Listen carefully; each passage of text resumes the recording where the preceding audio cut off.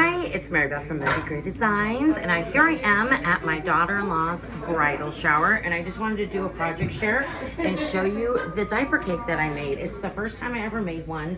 It was so fun and so easy. All I did was do 5 layers of these little diapers. You roll them up. I did make a tutu for the first time. And yeah, just decorated it with some beads and flowers and of course a pretty little princess crown at the top.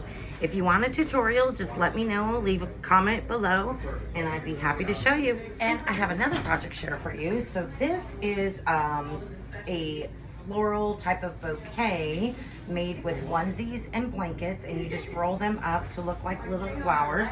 I also crocheted this basket that is in out of clothesline that you can get at Walmart.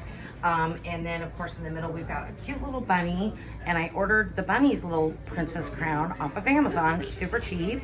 And so again, if you'd like a little tutorial on how to roll up the onesies and blankets, and then of course I just added flowers, just let me know.